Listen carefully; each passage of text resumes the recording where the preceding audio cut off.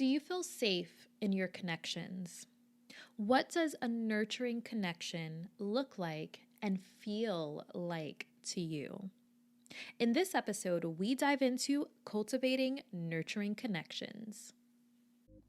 Welcome to the Abundance Hack Show, Season 4, where we are focusing on mastery. The last 3 seasons, I gave you the information. Now, we're focusing on integrating it into our lives and embodying it. If you are ready to master your thoughts, emotions, and patterns to feel whole, fulfilled, and really grounded in who you are without dimming your shine so you can live the abundant life that you truly desire, then you are in the right place. Hey M&Ms, thank you for tuning in to the Abundance Hack Show. What are you manifesting in your life today? Before we dive into today's topic, I just want to say if you did not catch last week's episode, you definitely want to check it out. There are so many gems in that episode. I actually recommend, even if you did listen to it, go back and listen again because there's so much knowledge and wisdom in that episode. And we jam-pack so much for you to really take and integrate it into your life to live the abundant life that you truly desire. So make sure that when you're listening to these episodes, you are journaling, you're taking notes, you are actually doing the exercises and integrating it into your daily routine because that is how you see the results. So don't just listen and be like, oh my God, Niajae is cool. I love her laugh. Like, I want you to actually journal when you're listening to this and answer the questions that I'm inviting you to answer because you're getting to know yourself on a deeper level. And let me just say, everything that I post on here, I'm doing myself. I'm asking myself these questions. I'm sitting with these topics and these exercises, and I'm doing the work as well. And when I tell you I can see so much transformation in my life since I have started this podcast, it is not even funny. If you go back and listen to some of the first episodes, and don't get me wrong, they're all great because I mean, everything that I present is helping people be the best version of themselves, and different things work for different people. So I like to bring on different guests. I like to talk about different healing modalities because not everyone is going to be into sound therapy. But even if you're not into sound therapy, I go over so many different healing modalities in this podcast. This podcast can literally change your life if you're actually integrating what you're learning into your routine and shifting your patterns and releasing the toxic patterns. So, okay, that's my spiel. Let's dive into today's topic. We're talking about safety and nurturing in connections. So I've said in a previous episode that connection is my top value. So doing the Brene Brown work that I've done and really diving into intimacy and trying to cultivate deeper connections, I realized that connection is my biggest value. Like, I am all about love and community. And usually with our top 3 values, I talked about this in a previous episode, the one of the 3 are usually your biggest challenge. And so while connection is my biggest value, it's also my biggest challenge. And so ever since I started the intimacy training, which was, I don't even know how many years ago, I realized that there were a lot of things that were standing in the way of me having the deep connections that I actually desire.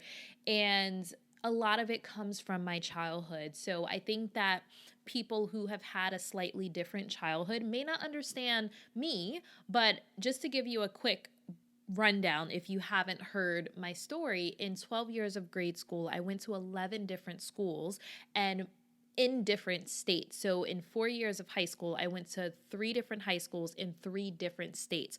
So while a normal person who maybe grew up in their childhood home the whole time and had friends throughout elementary school and throughout high school, they learned how to maintain friendships and connections and romantic relationships over a long period of time. That wasn't something I developed in my early childhood because I was always moving around. So I was never taught how to maintain friendships, but I did learn how to make friends. I can literally walk into any room of any caliber and feel completely comfortable because I learned how to do it so much. Every year going to a new school and making new friends, I had to learn how to step into a brand new environment and feel comfortable. And now that's one of my superpowers, and it allows me to travel the world. It allows me to go to conventions and seminars and different events and walk into a room and completely feel comfortable and usually own it.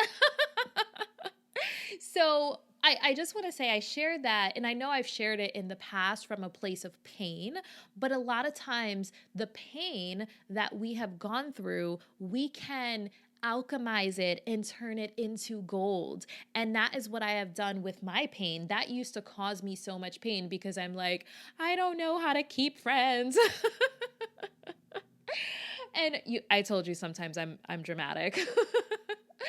But now the place that I'm in, the growth that I've experienced, the transformation, the alchemy, I see that this is one of my superpowers, and it has contributed to me being the person that I am, the dynamic businesswoman that I am, and being able to step into so many different environments and feel completely comfortable. And if I didn't move around as much as I did in my childhood, I probably wouldn't have developed that skill.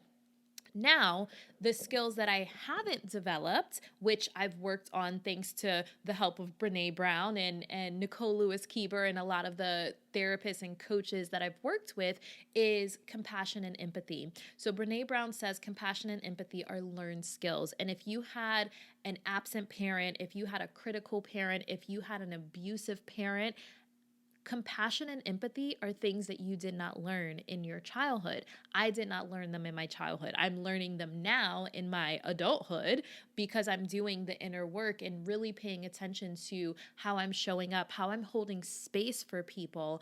And I actually went over the empathy misses I'm releasing a certification for sound healers. If you're interested in becoming a sound healer, definitely reach out to me. But I included the empathy misses in the sound healing certification because as healers, we think that we're helping people and we have to have awareness around when we're actually dismissing or minimizing how a person feels. So I know firsthand that,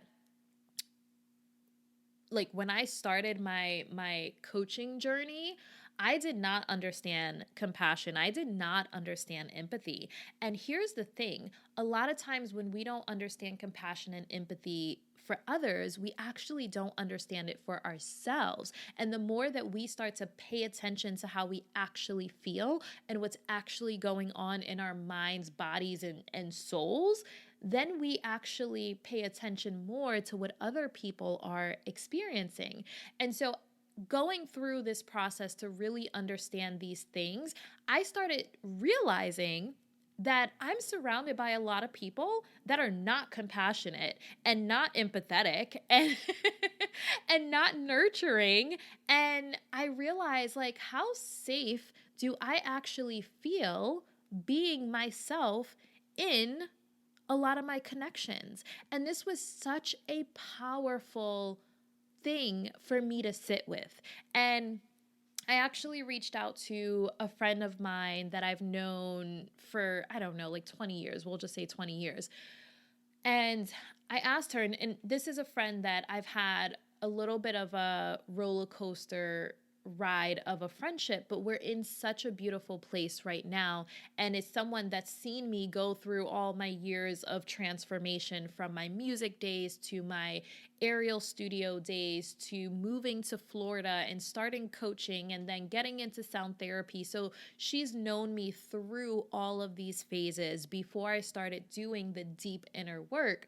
So I had a long conversation with her about what safety looks like in a connection.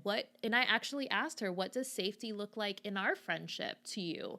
And I had to sit with, what does safety look like for me in a connection? Now, I will just say, in today's society, I see so many posts that are like, oh, when things start feeling wrong or when things start feeling weird, I disappear.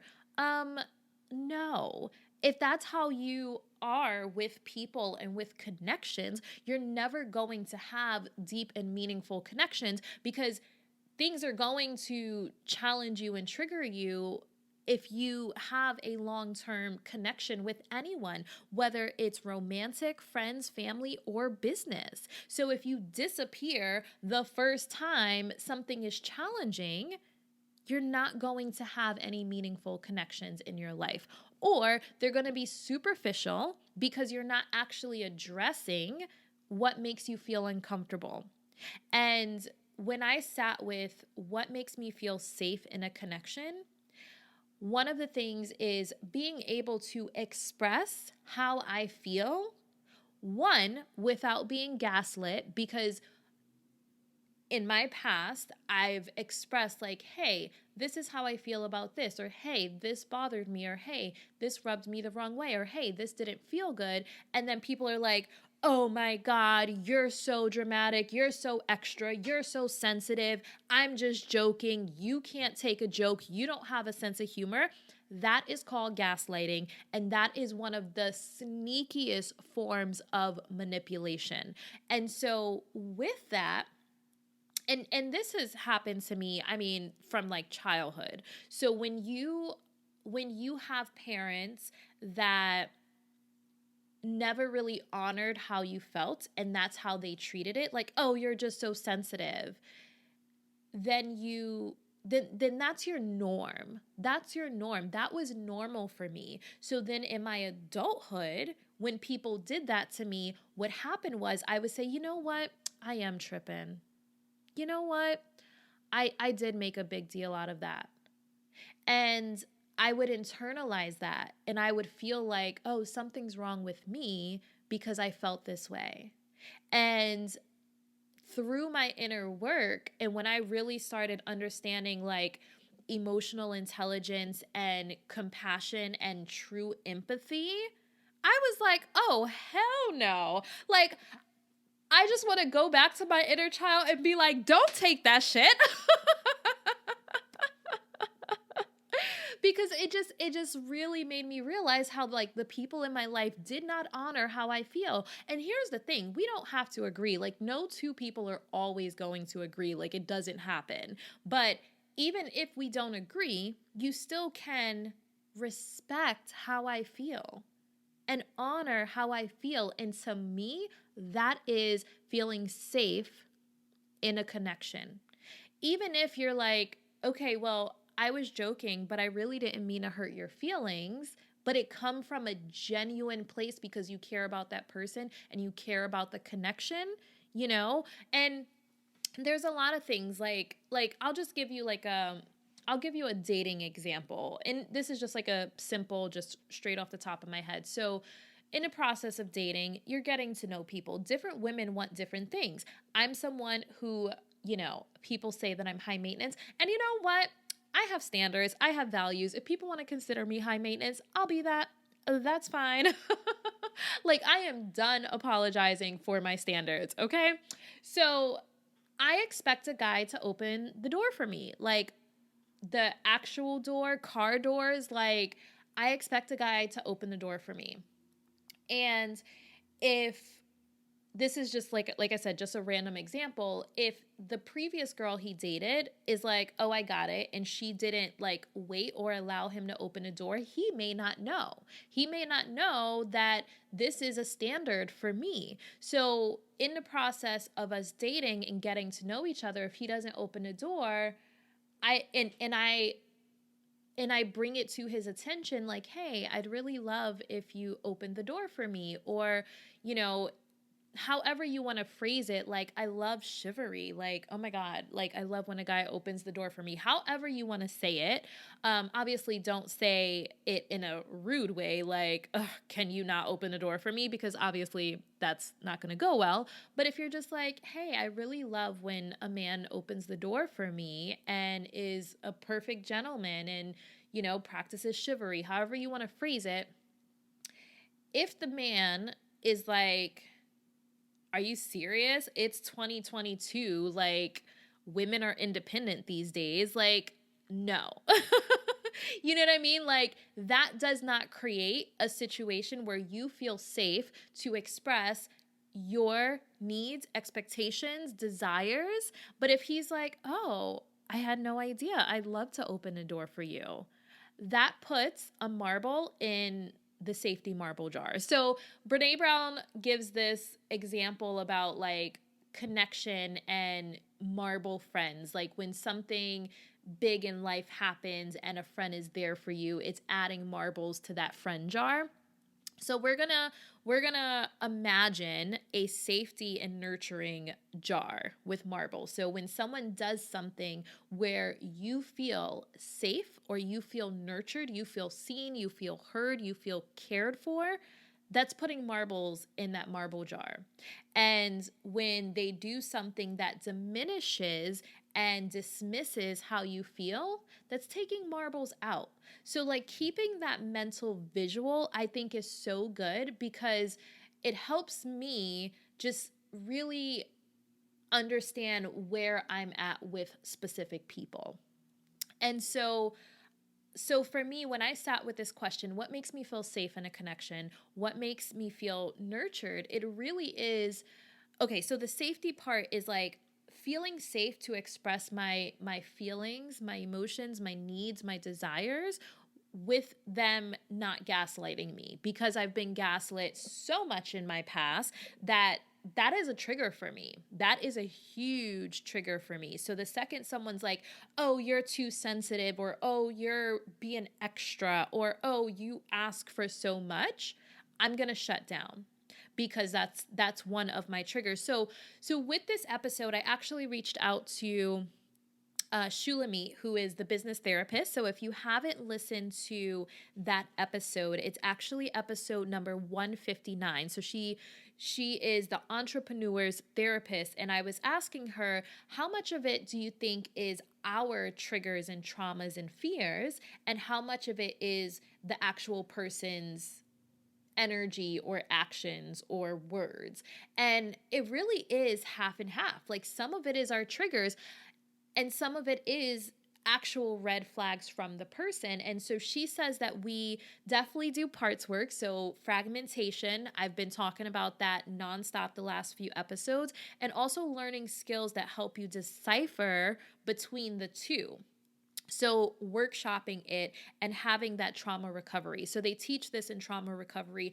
If you've experienced any type of severe trauma, working with a therapist will change your life. And I am in the process of normalizing therapy. Like I talk about it like it's Sunday morning yoga. You know what I mean?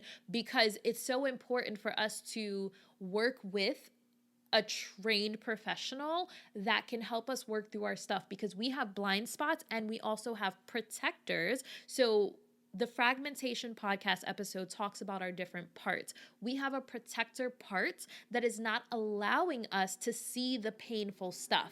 And so it stuffs it down to where you don't even remember it. You don't want to pay attention to it. You're like, I don't care. I don't know. I don't care. I don't know. Because your protector part isn't allowing you to access it because it's painful. And as long as you keep that pain stuffed in your body or energy field, you're going to continue to attract people until you release that pain, that trigger. You're going to continue to attract people that are going to gaslight you. This is why I was like, okay, we got to work through this, because I'm tired of experiencing the same thing with a different person. And that's how you start to know, okay, there's something deeper going on here. When you have the same thing happening, just a different person, same story, different person, that's how you know, okay, this is a pattern and I need to look at this. And it's really a reflection of our childhood and what we established is normal. And I'll give you an example. So my ex, and he probably won't care that I'm sharing this, but my ex was actually raised by his mom and his dad, and his parents still live in their home that he grew up in. So he has a polar opposite upbringing than I do. So everyone's stuff is completely different. Completely different. So me, I literally have no recollection or memory of any childhood home because I moved every year. I have no memory of any childhood home that I lived in ever, like in elementary school, like none. I know that at one point my mom had Mickey Mouse, like a Mickey Mouse wallpaper around the top of, like just the very top, kind of like a border around the top. And I remember that because I loved Mickey Mouse at the time. But other than that, I have no memory of any childhood home. So a person who was raised in their childhood home and their parents literally still live there is going to have completely different stuff than someone who isn't. So one of the things that Shulamit said that really stood out to me when we were discussing this is the person being accepting and supportive of you facing your traumas, triggers, and fears. So can they hold space for you as you work through them? So like I said, my ex had completely different childhood than I did.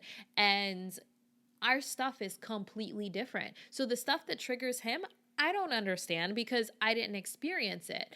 And the stuff that triggers me, he doesn't understand because he didn't experience it. So another thing to me that makes me feel safe and nurtured in a connection is that person is able to hold space as I work through my stuff. So this is coming from Shulamit. She was like as you're working through it, are they able to hold space? And so it made me think, like, you know what, that's true, because a lot of people, if they don't understand it, they can dismiss it. They can dismiss it and they can just be like, ugh, like this girl and her stuff. But it's like, it's not this girl and her stuff. We all have stuff, whether people are working through it or not, because these days I feel like people just give up. They're just like, nope, this person is this way and I'm out of here, period. They don't take the time to actually look at their stuff,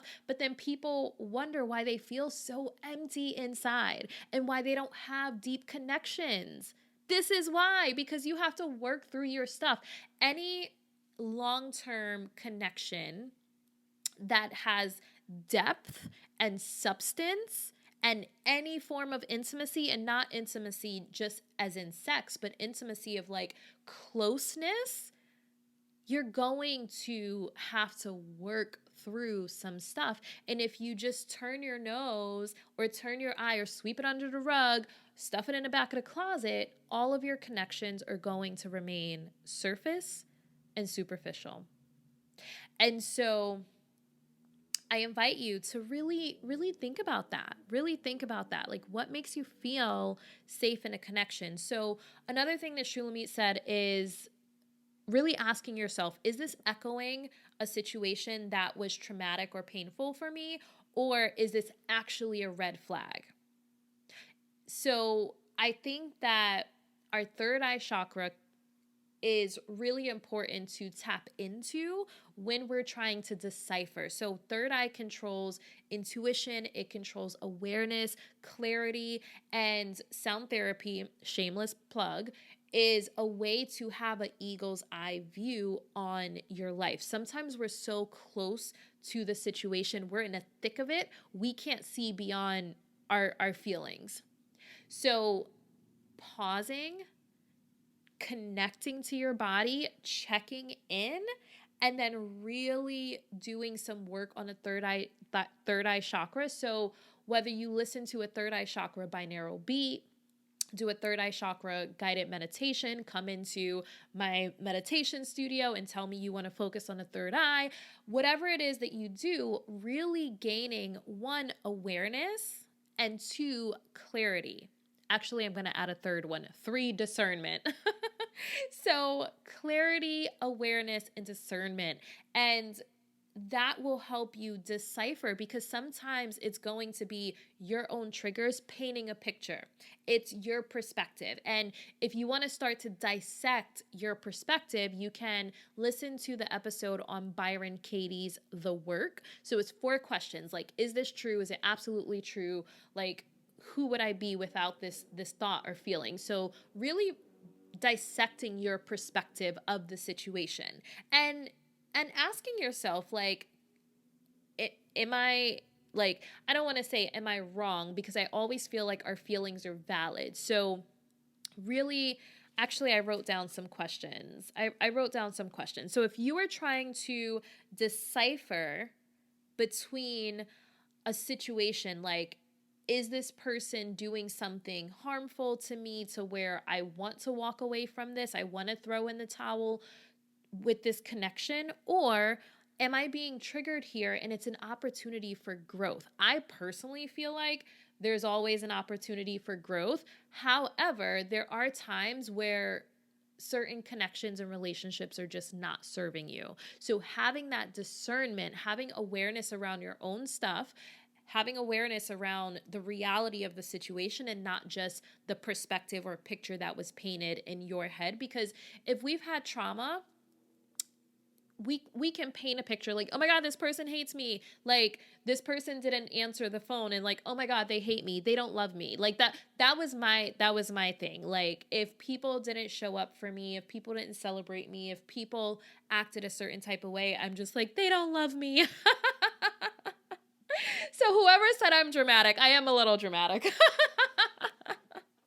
But that is what, that was one of my triggers that I had to work through. So whatever it is, that place that you go to, that rabbit hole you go down when you are triggered, having awareness around that it's a game changer. It will change your life. So having the awareness, having the clarity, because sometimes we don't recall things exactly how they are or recall things exactly how they're said. I like to look at things verbatim, so I'm like, okay, because I can, not just me, anyone can interpret things differently than what they were actually said and recall it according to your interpretation and not what was actually said. So that clarity around exactly how it happened versus how we perceived it. And then discernment. Discernment, is this my stuff, or is this really an unhealthy connection? And having the courage to walk away when it's an unhealthy connection. So those are the 3 things that I think that you need to really workshop and navigate a challenging situation in any type of relationship: clarity, awareness, and discernment. So really discerning, like, is this a connection that I value? Is it good for me? Is it healthy?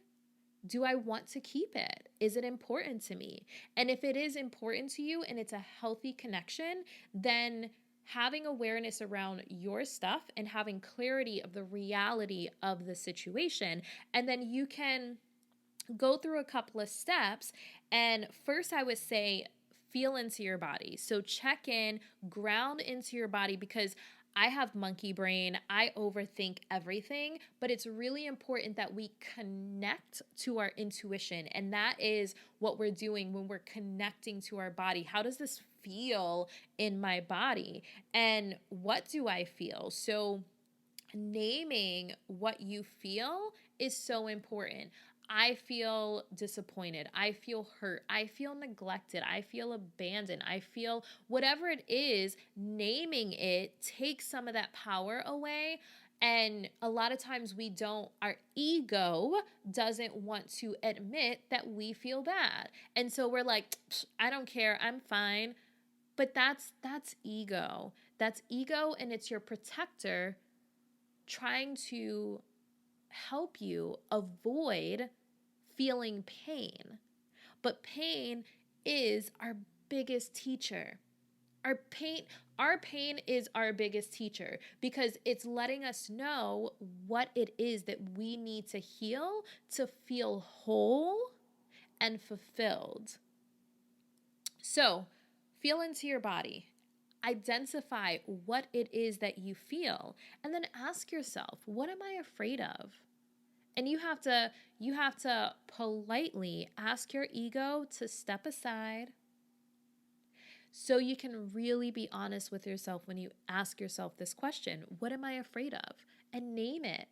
I'm afraid of losing this connection. I'm afraid of being abandoned. I'm afraid of this person disappearing, Like, get honest and vulnerable with yourself, because that is how you work through these challenges, and that's how you learn, and that's how you grow, and that's how you integrate your different parts. So really paying attention to, like, okay, did this person do something that was unhealthy? How did they react when I shared with them how I felt? And, really paying attention to these things, because, and the reason why this is important to me, I'm going to back up just a little bit. The reason why this is important to me is because I was constantly moving as a child.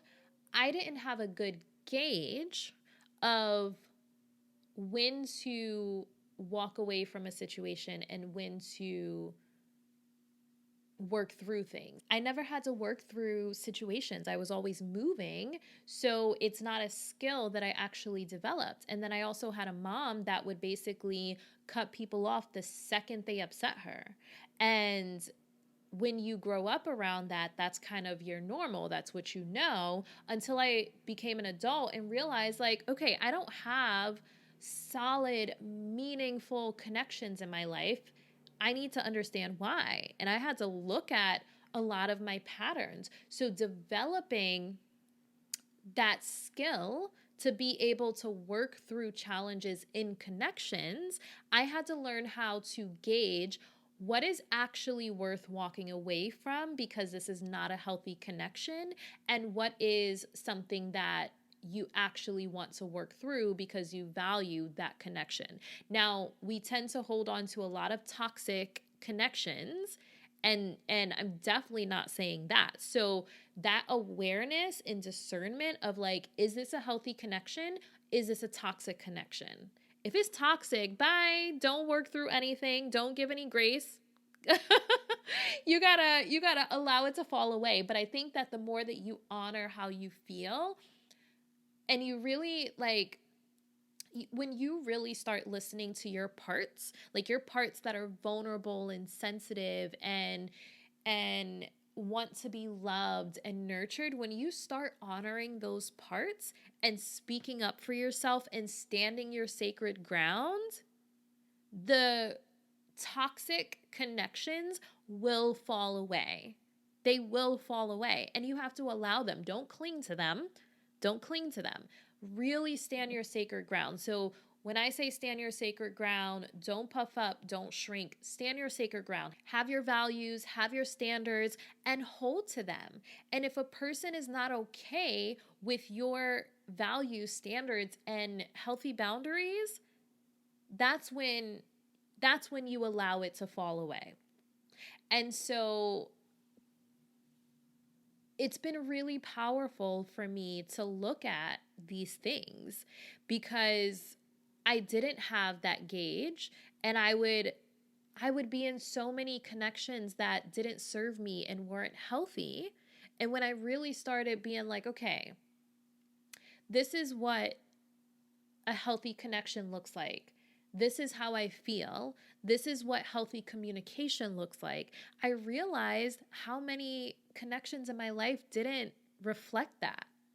And what a lot of people do these days is they blame it on society. Well, this is how everyone is these days.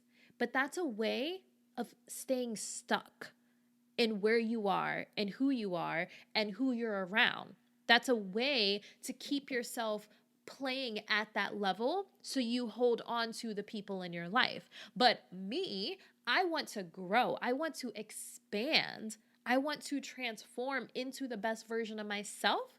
So if as I'm growing, I can't go to a person and say, hey, this is how I feel. This is what I desire. This is what's important to me.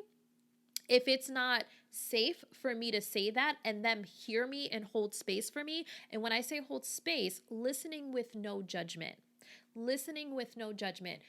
really being there without trying to change or fix it. Now, I will say I'm a fixer.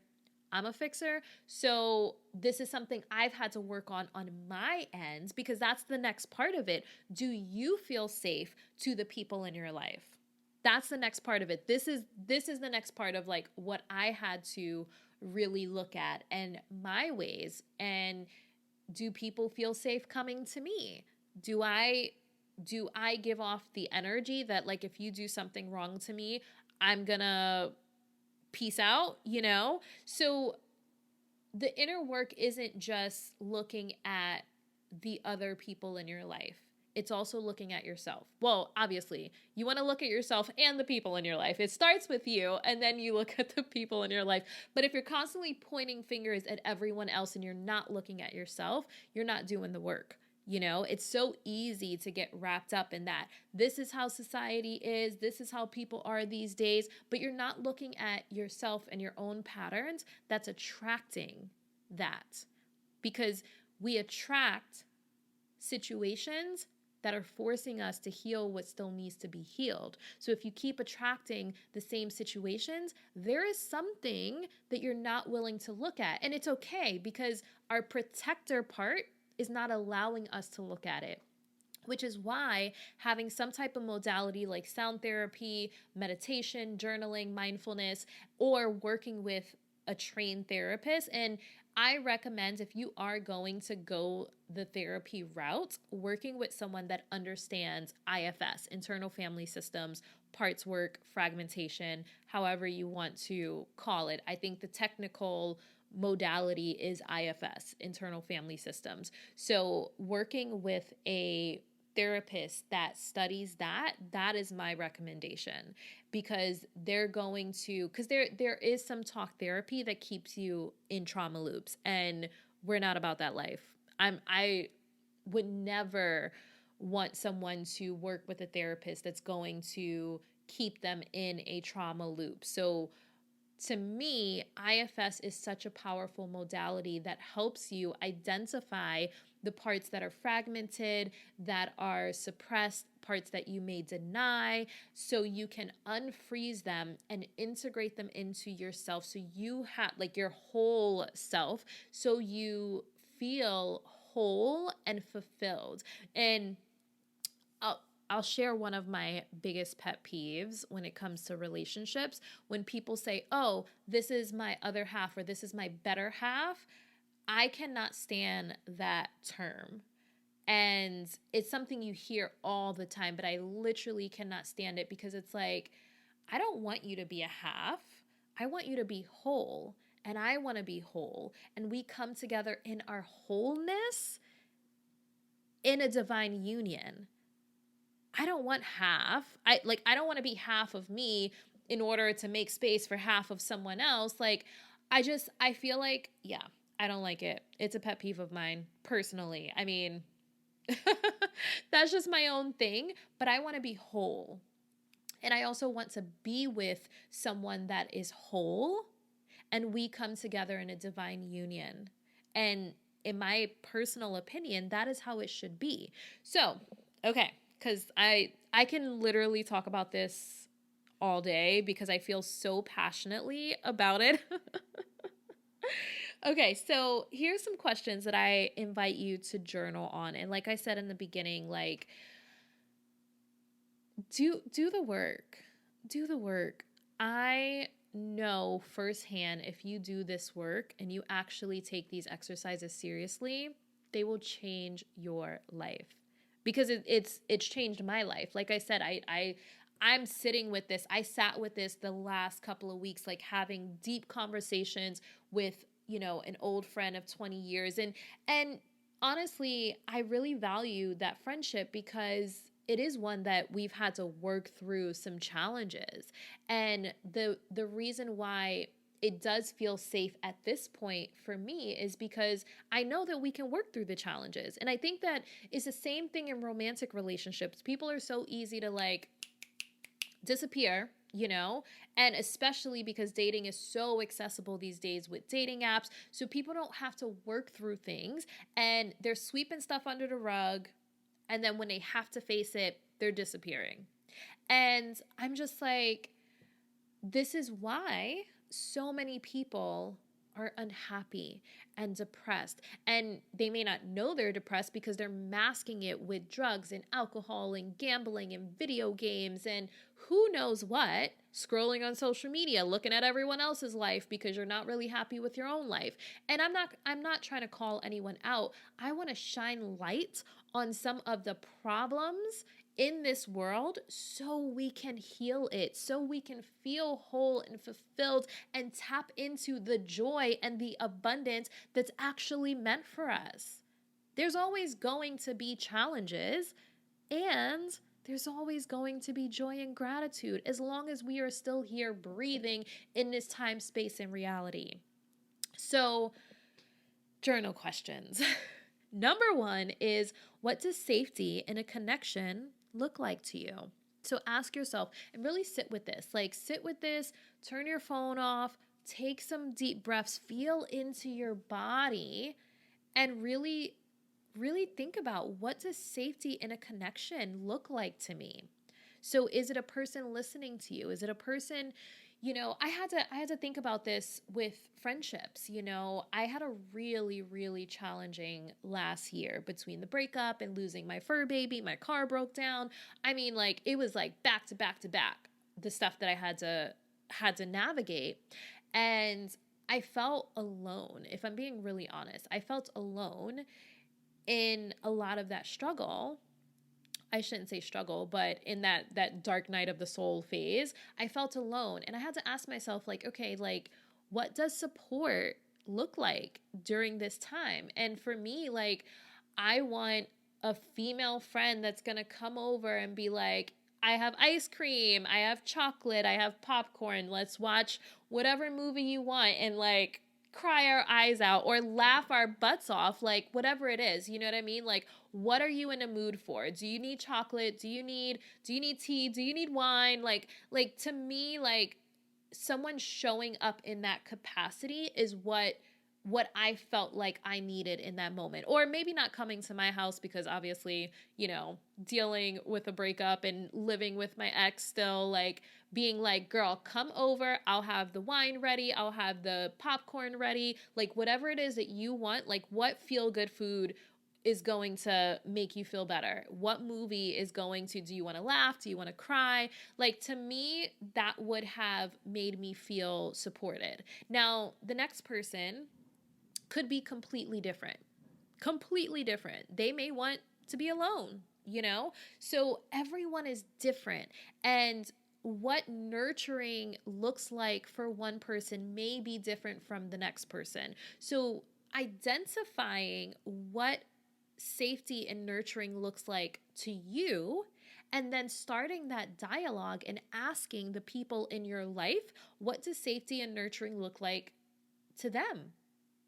Because every one of your friends, your lovers, your business partners are going to be different. We all speak different love languages. We all have different triggers and patterns and fears. So really starting that dialogue, but it starts with getting to know yourself on that deep, intimate level before you can even pay attention to what the next person needs. So first question, what does safety and a connection look like to you? Second question, what does nurturing look like? Two-part question, look like, so as in like actual actions, and then feel in your body. So what does nurturing feel like in your body? Does it feel like, I remember answering this question in a session. I don't remember which session it was. I've done so many sessions. Intimacy coaches and therapists, whatever, in one of the sessions. But I said, it feels like being wrapped up in a warm blanket. And I was like, I don't know if that sounds crazy. And whoever I did the session with was like, no, it doesn't sound crazy. Like, that's one of the best feelings, being wrapped up in a blanket and feeling cozy and safe and protected, you know? So really giving yourself the space to feel into what nurturing is for you and not judging it. We judge ourselves like, oh my God, that sounds crazy. And so we don't want to say it. But it's like, we have to end that self-judgment to really get to know ourselves on a deeper level. And that judgmental part is a part that is protecting you, because it's protecting that vulnerable, sensitive part of you. And if you were raised to believe that vulnerability is weakness, crying is weakness, emotions is weakness, then that part is going to prevent your vulnerability and sensitivity from ever being shown. So that's why this work is so important. That is why this work is so important, to really, really start to identify your different parts. Like, we all have a sensitive part. We all have a vulnerable part. Like, we all have emotions, like, period. Even if a person is so disconnected from their emotions, they have them. They're just suppressed so deep. And you know what's going to happen? It's going to turn into illness. It's going to turn into illness, and it's going to turn into a physical ailment. But, you know, not everybody wants to do the work. They want to mask it, but masking it doesn't make it go away. Okay, so the last question I invite you to ask yourself or journal on is, am I making sure I feel safe to the people in my life? And this is one I had to really think about. Like, because I've moved around so much, I think that there was a time where people were pretty disposable. And I'm comfortable sharing my shit because I've done so much work to not have this be the case. So I'm comfortable saying, like, people used to be disposable to me. Like, I was able to walk away from a connection and not think twice about it. And it's what I was taught. It's what was programmed into me. And then I reached a point and I'm like, I don't have any meaningful connections in my life. And that caused me deep, deep pain. And so that's why I said our pain is our biggest teacher, because I had to look at myself and I had to look at my patterns and I had to look at my habits. And that's why connection is my top value, because it's been my biggest lesson. It's been my biggest transformation of, like, understanding how to navigate through the challenges and how to communicate better, and also honoring and valuing myself to not allow people to gaslight me. And when I started putting my foot down and standing up for myself, like, no, this is not okay, relationships started to fall away. And when it first happened, because I talked about this a little bit in the calibration period episode. If you didn't listen to that, go check it out, the calibration period. Because as you go through this healing, you're going to have moments where you're like, ooh, no, like, okay, maybe I was tripping. Like you stand up for yourself and then you're like, ooh, no, like, sorry, like, can we take a step back? Like, no, stand your sacred ground. Don't puff up, don't get into ego, but also don't shrink. And when I started doing that, people started falling away. But you know what? You have to allow them to fall away. Sometimes your paths come back together and the connection is transformed, and sometimes they stay away.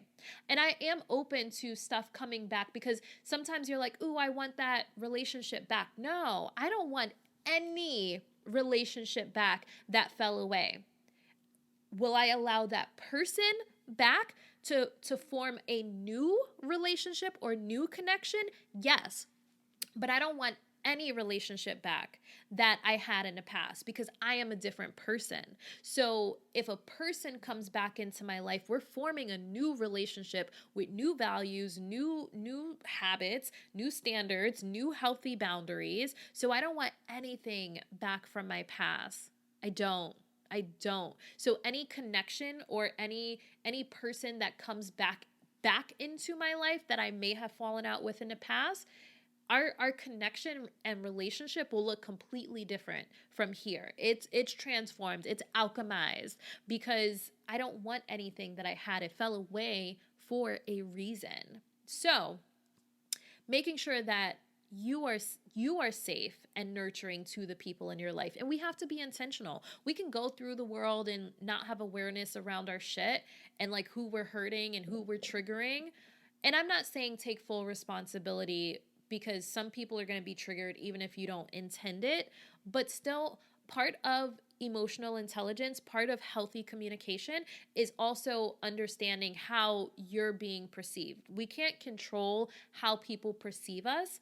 However, we can have awareness around it to make sure, like, okay, I really value this connection. So when I say this or I speak this type of way, this bothers the person. So if you really value that connection, how much are you willing to bend without giving up yourself? You know what I mean? So like, it's these tiny nuances. Like, don't change for anyone. Be you, be all of you, and also be aware of how people perceive you and how people feel around you.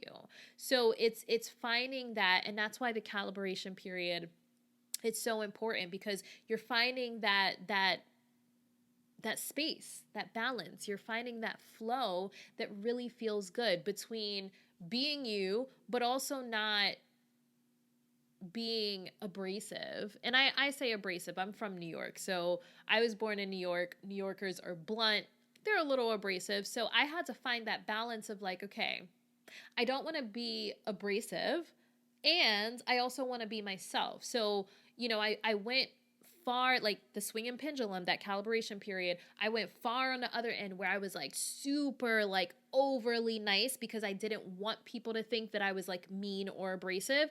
And then, so I went from like mean and abrasive to super overly nice. And I had to like find that happy medium of like, okay, I'm going to be firm and stand my ground and speak my truth.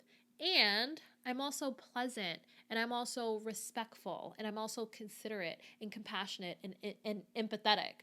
So I'm not going to be a pushover and be overly nice and let things slide and take accountability for everyone's feelings.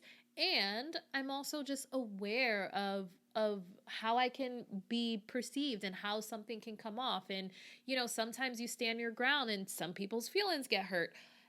And it's really just finding that balance, finding that flow, that slight nuance of like, stand your sacred ground. Don't puff up, don't shrink, stand your sacred ground. So I know I said a lot. Whew. Oh my goodness. I know I said a lot. I would absolutely love to hear from you. Let me know how this lands with you, because this is a topic that I feel so strongly about. If you want me to elaborate on anything, if you want me to bring someone on, like I can bring on Shulamit. I know Nicole Lewis-Keeber talks about a lot of these topics. Like I can definitely bring someone on that can dive deeper into any of it. So let me know. Let me know. This is something I feel strongly about. And I love to hear your feedback. Do you feel like you have strong connections in your life? And what is something that has helped cultivate deeper connections? And what is something that helps create nurturing connections? Tell me, share with me what nurturing feels like for you. And I think that for me, like being raised by like a single mom who was always working, I didn't have a lot of nurturing. So I'm still feeling into like what it feels like to me. And sometimes we have to identify it through contrast in the sense of identifying what doesn't feel nurturing first, because maybe you're not able to put it into words and properly articulate it. So sometimes you have to be like, ooh, no, this didn't feel good. You know, this didn't feel good. And sometimes that contrast of like, this doesn't feel good helps you identify what actually does feel good. So paying attention to all of it and really honoring what comes up for you, honoring what you feel in your body. And I say this in my meditation, honoring whatever comes up with no judgment and full acceptance, because we have a judgmental part and we judge how we feel. If your feelings and emotions have ever been dismissed or minimized as a child, you basically are mimicking that in your own head.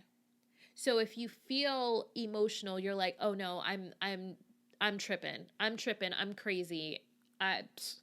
It must be a full moon." And you start to make excuses because there's a part of you that's judging the fact that you have this emotion because it's protecting your sensitive part. And at some point, society, the world, your parents, whatever it is, made you feel like that emotion was not okay. And so what I want to say to that is your emotions are valid. Your feelings are valid. Do I overreact about certain things? Yeah, but I give myself space to be like, okay, on a scale of 1 to 10, how big of a deal was this? And if I'm like, this was only a 4 and I made it seem like it was a 6, but now that I'm grounded, I see that, it wasn't as big of a deal as I made it. And it's okay. We make mistakes. And even if someone overreacts in a connection, like, oh my God, this hurt me and I made a huge deal out of it. And like, maybe you made a bigger deal than what you should have, but having grace and compassion and empathy and understanding in connections is something that contributes to feeling safe and feeling nurtured and feeling seen. And being able to be like, yeah, I made a big deal of this. I overreacted. I'm sorry. Or someone else, being willing to say like, I dropped the ball. I'm sorry. How can we make this right? What will make you feel better in this situation? And it obviously doesn't have to happen right away, like giving it time, but like these are things that I was never taught and I had to learn on my own. And when I started learning these skills, I realized how many connections in my life the other people didn't have these skills as well. And so you attract, and this is why they say you attract what you are. And obviously not every case, but essentially, like in a big scheme of things, like it's true. We attract what we are. I didn't have these skills. I attracted a whole bunch of people that didn't have these skills as well, because the people who did have these skills probably would not have tolerated me not having those skills. So that's why we have to do the work. I think that some of it is us, our own triggers, fears, and patterns. And some of it is other people really identifying when situations are not healthy, when situations are not serving you, and having the strength and a courage and a resilience to walk away from. And sometimes you don't have to walk away. When you really ground into yourself, that grounded confidence, standing your sacred ground, they'll fall away on their own.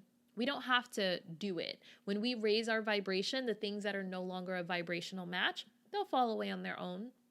And sometimes, like I said, sometimes people, their paths come back because maybe they go through some type of transformation and raise their vibe, and you come back together at some point, and not trying to get that friendship or that relationship back, allowing a new friendship or relationship to transpire from there. And I think that that's one of the biggest mistakes that people make. They try to go back to how things were, but it fell away for a reason. So alchemizing that situation and allowing the new relationship and connection to take place. All right, M&Ms, that is all I have for you today. I would absolutely love to hear from you. Let me know. Reach out to me on Instagram. I'm always on Instagram at Niajae, Niajae. Let me know how this landed with you. I cannot wait to hear your feedback. And until next time, be decadent. Thank you for tuning in to the Abundance Hack Show. I would love to hear from you. Leave your comments and questions, and don't forget to subscribe so you don't miss any of our yummy episodes. Every time you leave a 5-star rating or review, I do my happy dance.